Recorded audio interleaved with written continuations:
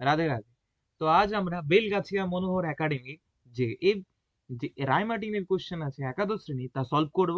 চলো শুরু করা যাক। যান্ত্রিক ত্রুটির কারণে না আমি এই ভিডিওটা আবার বানাচ্ছি তোমাদের জন্য। এটা বানানোই ছিল আর কি, ভয়েস কিন্তু চলে গেছিল, ঠিক আছে। চলো দেখা যাক। লাস্ট প্রথম প্রশ্ন দেখতেই পাচ্ছ তোমাদের স্ক্রিনে। বলছে 0 ডিগ্রি উষ্ণতায় তরল জল বরফ সাম্যাবস্থায় থাকে, 1 গ্রাম তরল জলকে সাম্যাবস্থায় বরফে রূপান্তরিত করলে প্রক্রিয়াটি তাপগ্রাহী না তাপমুচী হবে, কারণ সহ ব্যাখ্যা করো। দেখো, এটা হবে এন্ডোথার্মিক রিয়াকশন, অর্থাৎ এটি হবে তাপগ্রাহী। কি হবে? তাপগ্রাহী। তাপগ্রাহী, উত্তরটি কি হবে? তাপগ্রাহী। তারপর ডেল এইচ ধনাত্মক, বাট তাও আর কি জলে দ্রাব্য, কারণ ধনাত্মক হোক বা ঋণাত্মক তাতে আমার কোনো যায় আসে না, বাট আমার দেখতে হবে হাইড্রেশন এনথালপি বেশি কিনা। কারণ যখনই জলে দ্রাব্যের কথা বলে তখন হাইড্রেশন এনথালপি দেখবে, যার হাইড্রেশন এনথালপি বেশি তার জলে দ্রাব্যতা হওয়ার প্রবণতা অনেক বেশি। ঠিক আছে, নেক্সট 3 নম্বর পেজ। 3 নম্বর পেজে দিয়েছে, দেখো, নামকরণ। নামকরণ হবে আইসোপ্রোপাইল টু মিথাইল প্রোপিওনেট। যদি নামকরণ করো বাম দিক থেকে ডান দিকে বা ডান দিক থেকে বাম দিকে করো তাও হবে, তখন সেদিক থেকে একই তোমার একটা গ্রুপ আসছে, সেটা হলো আইসোপ্রোপাইল গ্রুপ। দেখতে পাচ্ছ এখানে CH3 CH3 CH3, এখানে CH CH3 আইসোপ্রোপাইল গ্রুপ আসবে। এবং এদিক থেকে যদি নাম্বারিং করো তাহলে 2 নম্বরে মিথাইল গ্রুপ, 2 মিথাইল আইসোপ্রোপাইল, 3টা কার্বন, তার জন্য প্রোপিওনেট। এবার যখনই আর কি 3টে কার্বক্সিলিক অ্যাসিড আসবে নামকরণের জন্য, তখন কি হবে? তখন কি হবে, আমরা এটাকে মেইন যে চেনে নাম্বারিং এ নিব না। তখন সেক্ষেত্রে কি হবে, এবং 1 2 3 4 নম্বর পজিশনে কার্বক্সিলিক অ্যাসিড পেলো, যার কারণে 1 2 3 প্রোপেন ট্রাইকার্বক্সিলিক অ্যাসিড আমরা লিখে দেবো। নেক্সট বলেছে 1 বিউটিন এবং 2 বিউটিনের মধ্যে কে জ্যামিতিক সমঝোতা দেখায়? 2 বিউটিন দেখায় তার স্ট্রাকচারের জন্য, কারণ 2 বিউটিনের যে স্ট্রাকচারটা আমরা এইভাবে লিখতে পারি। এটাকে ট্রান্স কেন বলে? এখানে যদি প্লেন কনভার করি, দুটি গ্রুপ প্লেনের উভয় পার্শ্বে রয়েছে তার জন্য ট্রান্স, এবং এখানে দুটি গ্রুপ প্লেনের একই পার্শ্বে রয়েছে তার জন্য এটা সিস। নেক্সট 4 নম্বর প্রশ্ন। এখানে কি বলেছে? এখানে একদম মানে খিচুড়ি হয়ে গেছে, তাই না? জিনিসটা একটু করার চেষ্টা করবো এখানে ভালো কত, প্রথম দিক থেকে তোমাদের সামনে করার চেষ্টা করবো।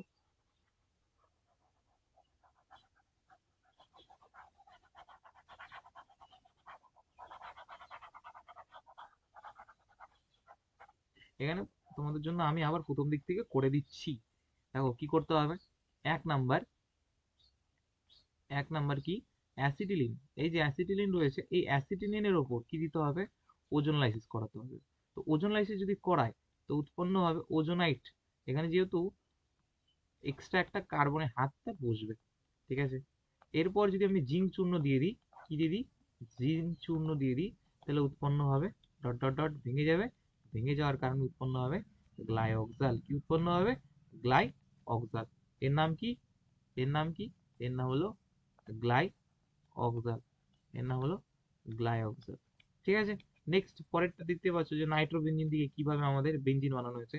প্রথমে SnCl2 ইউজ করা হয়েছে, অ্যানিলিন বানানো হলো। তারপর আবার এর মধ্যে কি দেওয়া হলো? এর মধ্যে কি দেওয়া হলো? এর মধ্যে কি দেওয়া হলো? লঘু HCl, লঘু HCl Na2 দেওয়ার কারণে বেনজিন ডায়াজোনিয়াম ক্লোরাইড উৎপন্ন হলো। এবং পর শেষে হাইপোফসফরাস অ্যাসিড অ্যাড করার পর, এর নাম লিখে রেখে দিয়েছে, হাইপোফসফরাস অ্যাসিড অ্যাড করার পর উৎপন্ন হয়ে আমাদের বেনজিন। নেক্সট 5 নম্বর পেজ। 5 নম্বর পেজে কি বলেছে দেখো, বলেছে CH2 Ag চূর্ণ দিলে কি হয়? ইথিলিন অক্সাইড উৎপন্ন হয়। তারপর নেক্সট হলো একটা ওয়াকার পদ্ধতি, আর এই ওয়াকার পদ্ধতিতে কি উৎপন্ন হয়? অ্যাসিটালডিহাইড উৎপন্ন হয়। কি উৎপন্ন হয়? অ্যাসিটালডিহাইড উৎপন্ন হয়। এটা ওয়াকার পদ্ধতি, ঠিক আছে। এটা ওয়াকার প্রসেস।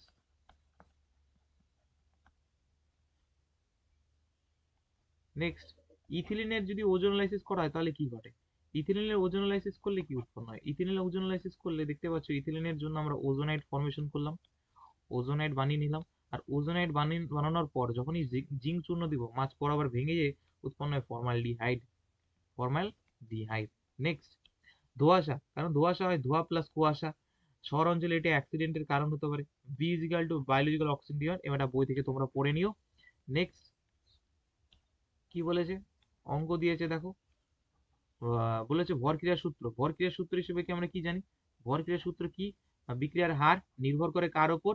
বিক্রিয়কের সক্রিয় ভরের উপর। বাফার দ্রবণ কি? বাইরের দিক থেকে অ্যাসিড ক্ষার যাই দাও, যদি পিএইচ চেঞ্জ না হয় তখন এটাকে বাফার দ্রবণ বলবো। তারপর এটাকে বাফার দফনে অ্যাসিডিক সলিউশন এবং আর বেসিক সলিউশন একটা উদাহরণ চেয়েছে, উদাহরণ দেওয়া হয়েছে দেখো। নেক্সট, তারপর CaF2 দ্রাব্যতা যদি S হয় তাহলে দ্রাব্যতার গুণফল কি হয়, S স্কোয়ার, দেখতে পাচ্ছ করা হয়ে গেছে। তারপর তোমরা বাড়িতে জিঙ্ক ফসফেটেটটা করে দেখতে পারো, জিঙ্ক ফসফেটেটটা নিজে থেকে করে দেখতে পারো। 8 নাম্বার, 8 নাম্বার দেখো, পিএইচ এবং পিএইচ এর মধ্যে সম্পর্ক চেয়েছে, করে দিয়েছি। তোমাদের ইচ্ছা মতো তোমরা দেখে নিও। পিএইচ আর পিওএইচ কে আমরা পিকেডাব্লিউ, পিএইচ ও পিওএইচ কে 14, আর পিএইচ সমান সমান পিওএইচ হাফ অফ পিকেডাব্লিউ, বা পিএইচ ইকুয়াল টু পিএইচ 7 হিসেবেও লেখা যায়। তারপর এই অঙ্কটা কি করেছে, পিএইচ এর মান বের করতে বলেছে, তাই তো। দেখো পিএইচ এর মান বের করার জন্য প্রথমে কি করতে হবে, এদেরকে নর্মালিটি থেকে মোলারিটিতে চেঞ্জ করতে হবে। আর নর্মালিটি থেকে মোলারিটিতে চেঞ্জ করার জন্য কি করতে হবে, নর্মালিটি থেকে কিসে চেঞ্জ করতে হবে, মোলারিটি। আর নর্মালিটি থেকে মোলারিটিতে চেঞ্জ করার জন্য তোমাকে এন ফ্যাক্টর দিয়ে গুণ করতে হবে নর্মালিটিকে। আমরা জানি অ্যাসিডের জন্য এন ফ্যাক্টর হিসেবে এইচ প্লাস দেখতে হয়, আর বেসের জন্য এইচ প্লাস হিসেবে কি দেখতে হয়, ওএইচ মাইনাস। যেহেতু এই সেলে একটা এইচ প্লাস উৎপন্ন হয়, তার নর্মালিটি হবে তার মোলারিটি। ঠিক তেমনি এনওএইচ এ যেহেতু একটা ওএইচ মাইনাস উৎপন্ন হয়, তার এই নর্মালিটিটাই হবে তার মোলারিটি। এই মোলারিটিটা বের করার পর আর কিচ্ছু দরকার নেই, তারপর চলে যাবে একদম এখানে মেন এই পার্টটাতে। মোট আয়তন বের করবা 100 সিসি, 100 ml বা 50 ml এর নেওয়া হয়েছিল, সিসি মানেই এমএল, তো 150 ml হলো। তারপর V1 V2 আর V1S1 V2S2 যদি ইকুয়েশন করে নাও, তাহলে তোমাদের পড়ে যাবে 150 ml এর স্ট্রেংথ 1 বের করবো। আর যেহেতু ACl এর কথা বলেছে, HCl অর্থাৎ পিএইচ এর কথা বলেছে, তার জন্য HCl এর স্ট্রেংথ গুলো নিব। আর যদি ওএইচ কথা কত বলতো, তাহলে NaOH এর গুলো নিতাম আমি এখানে। এবার যেহেতু 50 ml এর কথা বলেছে, 0.1 স্ট্রেংথে কাটাকুটি করলে S1 আমাদের বেরোবে 1/30। আর যেহেতু পিএইচ বের করতে পারছে লগ অফ এইচ প্লাস, অর্থাৎ এইচ প্লাস এর জায়গায় 1/30 বেশি হলে আমাদের কি হবে, 1.47 উত্তর বেরিয়ে যাবে। নেক্সট, অ্যামোনিয়াম নাইট্রেটের কি বলেছে, জারণ সংখ্যা বের করতে বলেছে। অ্যামোনিয়াম নাইট্রেটের কি বলেছে, জারণ সংখ্যা বের করতে বলেছে। অ্যামোনিয়াম নাইট্রেটের জারণ সংখ্যা বের করতে বলেছে, ঠিক আছে, দেখতে পাচ্ছ অ্যামোনিয়াম নাইট্রেট। এবার কথাটা হলো, আমরা জানি যে অ্যামোনিয়াম কি হিসেবে থাকে, অ্যামোনিয়াম প্লাস হিসেবে থাকে, তার জন্য +1 জারণ সংখ্যা নিয়ে নিলাম। তারপর এক্স নাইট্রোজেনের জন্য এবং অক্সিজেনের জন্য জারণ সংখ্যা -2 হয়, আর অক্সিজেন হলে 3টা রয়েছে, 3 দিয়ে গুণ করলাম অক্সিজেন, তার জন্য প্লাস আসলো 5।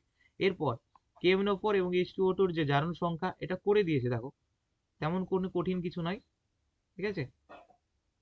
এটা বুঝালে বুঝাতে পারি, কোনো অসুবিধা নেই, বাট হ্যাঁ আমার একটু টিউশন আছে, তো আমি পড়িয়ে দিচ্ছি। এ দেখো, নেক্সট, নেক্সট FeO94, অর্থাৎ এটা নন স্টোইচিওমেট্রিক একটা, এই এখানে করা আছে দেখো। এদের জারণ সংখ্যা আমাদের 2 বেরোলো, ঠিক আছে, এদের জারণ সংখ্যা কি বেরোলো, 2 বেরোলো। তারপর আমাদের এখান থেকে যদি আমরা করি, এদের কি বলেছে, এখান থেকে আয়ন ইলেকট্রন পদ্ধতি বের করতে বলেছে। দেখো আয়ন ইলেকট্রন পদ্ধতি খুব সোজা, তোমাদের বইয়েও আছে, আমি করেও দিয়েছি এখানে, দেখে নিও, ঠিক আছে। আয়ন ইলেকট্রন পদ্ধতি হয়ে গেছে। তারপর নেক্সট 10 নম্বর পেজে যাই, 10 নম্বর পেজে কি বলেছে, CH3Cl এবং অনদ্র LCl3 দিকে ফ্রিডেল ক্রাফট বিক্রিয়া, যার কারণে উৎপন্ন হয় টলুইন। তার উপর যদি হয় দিয়ে দেওয়া হয় বায়ারের বিকরক KNO4, উৎপন্ন হবে বেঞ্জোইক অ্যাসিড। তার উপর দিয়ে যদি সোডা লাইম, তাহলে উৎপন্ন হবে বেঞ্জিন, এবং বেঞ্জিনের উপর গ্যাটারম্যান কজ বিক্রিয়া করলে COHCl দিয়ে তারপর আবার বেনজাইল ডিহাইড উৎপন্ন।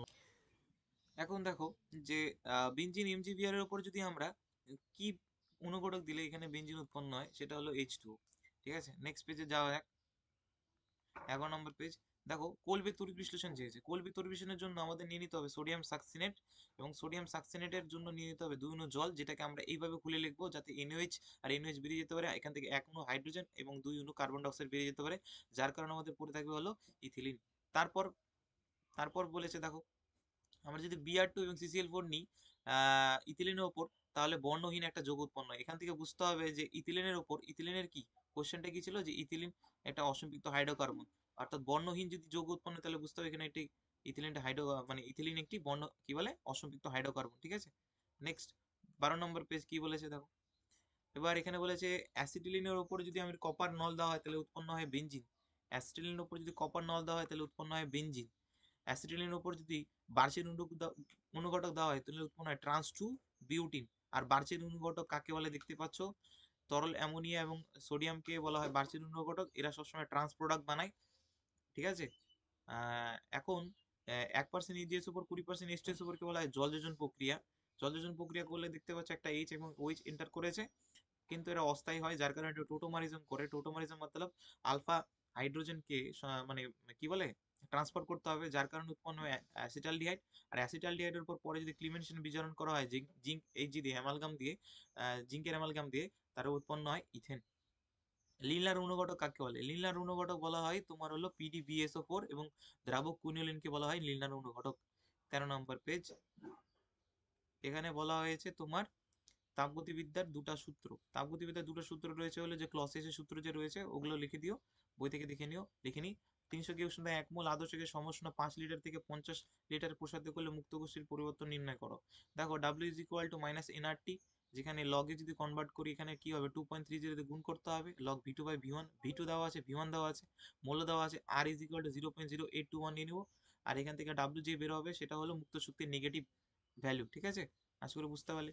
ডিকিউ ও ডিডাব্লিউ যথাযথ অবকল নয়, কারণ ডিকিউ ডিডাব্লিউ হলো কোনো স্টেট ফাংশন হয় না, এরা কোনো স্টেট ফাংশন নয়, অবস্থার আপেক্ষক নয়, এরা হলো কি বলতো পথ নির্ভরশীল রাশি, তার জন্য এরা যথাযথ অবকল নয়। বাট এদের যে সমষ্টি অন্তঃশক্তি একটা স্টেট ফাংশন, তার জন্য এটা যথাযথ অবকল। ঠিক আছে, পরের একটা কোশ্চেনে যদি যাই আমরা, পরের কোশ্চেনে কি বলেছে মিথেনের গঠন। তার জন্য তোমাকে প্রথমে তো বানিয়ে নিতে হবে মিথেনের মেন প্রমাণ গঠনটা। কার্বন আর হাইড্রোজেনকে নিয়ে তৈরি হয় মিথেন, তাই আমি 2 দিয়ে গুণ করে দিব। তারপর প্রথম যদি মানে সমীকরণটাকে দেখো, সমীকরণে দেখো কার্বন আর অক্সিজেন কি রয়েছে, বাম দিকে রয়েছে না ডান দিকে রয়েছে? রয়েছে তোমার বাম দিকে। এবার এখানে কার্বন বাম দিকে রয়েছে, তার জন্য প্রথম ইকুয়েশনকে কোনো চেঞ্জ করলাম না। সেকেন্ড ইকুয়েশন হাইড্রোজেন একটা রয়েছে, এখানে হাইড্রোজেন একটা রয়েছে, এখানে হাইড্রোজেন দুটা রয়েছে, তাই তো? তাই 2 দিয়ে গুণ করার ফলে ডেল এইচ কে আমরা 2 দিয়ে গুণ করে দেবো। CH4 কোন দিকে রয়েছে? না, বাম দিকে। বাট এখানে CH4 কোন দিকে রয়েছে? মেন ইকুয়েশনের ডান দিকে, তার জন্য ইকুয়েশনটা উল্টা করে লিখলে তাহলে এই ডেল এইচ ও মান নেগেটিভ থেকে পজিটিভ হয়ে যাবে, এবং তিনটা যদি যোগফল করি তাহলে উৎপন্ন হবে 890.4। তারপর এখানে বলেছে অন্তঃশক্তির পরিবর্তন চেয়েছে, তাই তো? কি চেয়েছে? অন্তঃশক্তির পরিবর্তন চেয়েছে। অন্তঃশক্তির পরিবর্তন কি হয়? ইনক্রিজ হয়। নেক্সট 15 নম্বর গ্রুপ। ফিউমারিক অ্যাসিড এবং ম্যালোইক অ্যাসিড পরস্পর ইনানসিওমার হয় না কেন? কারণ এরা হলো দর্পণ প্রতিবিম্ব সম্বন্ধযুক্ত হয় না। এখানে যদি মিরার রাখি একে অপরের মিরার ইমেজ তৈরি করে না এরা, এখানে যদি একটা মিরার রাখি তাহলে একে অপরের মিরার ইমেজ তৈরি করে না, তার জন্য এরা দর্পণ প্রতিবিম্ব যুক্ত নয়। আর এরা নিষ্ক্রিয় কেন হয়? কারণ এরা প্লেন পোলারাইজ লাইটকে বাঁকাতে পারে না, বা এর মধ্যে যে আরেকটা কারণ বলতে পারো, এদের মধ্যে হলো POS প্লেন অফ সিমেট্রি থাকে, তার জন্য এরা আলোক নিষ্ক্রিয় হয়। পরেরটাতে বলেছে স্টেবিলিটি, এদের মধ্যে আলফা হাইড্রোজেন বেশি থাকে, তার জন্য স্টেবিলিটি বেশি। তারপরে এদের নেক্সট বলেছে, পরের প্রশ্ন কি বলেছে দেখো, টোটোমারিজম প্রদূষণ করেন একটি যৌগ, সেটা হলো বেনজালডিহাইড। নেক্সট 16 নম্বর পেজ তোমাদের শেষ। বলেছে অ্যাসিডিক অ্যাসিড এবং ফর্মিক অ্যাসিডের মধ্যে কে বেশি আম্লিক? অবশ্যই ফর্মিক অ্যাসিড, কারণ ফর্মিক অ্যাসিডের মধ্যে প্লাস আর ইফেক্ট নেই তো। অ্যাসিডিক অ্যাসিডে প্লাস আর ইফেক্ট গ্রুপ থাকার কারণে বন্ধনের ইলেকট্রনকে কার্বক্সিলিক অ্যাসিডের দিকে তারা আর কি ঠেলতে শুরু করে, ফরওয়ার্ড করতে শুরু করে, যার কারণে H+ বের করার ক্ষমতা আস্তে আস্তে কমে যায়, যার কারণে লেস অ্যাসিডিক হয়ে যায়। পরেরটাতে এখানে দেওয়া আছে SN1 এর বিক্রিয়ার কৌশল দেখা আছে, দেখে নিও। এরপর লাস্ট, টলিনের অণুতে একই তলে অবস্থান করে CH বন্ধনের সংখ্যা হলো 13টি। ঠিক আছে, আশা করি বুঝতে পারলাম। লাস্ট একটা পেজের হয়তো অ্যান্সারটা আমি এখানে লিখে দিয়েছি, দেখে নিও, যে ডেল এইচ, ডেল জি, ডেল টিএস এটা উৎসের উপর নির্ভরশীল করে কিনা বা সম্পর্ক। ঠিক আছে, আশা করি বুঝতে পারলে। রাধে রাধে। তো আজকের মতো এখানেই, দেখা হচ্ছে অন্য কোনো ভিডিওতে।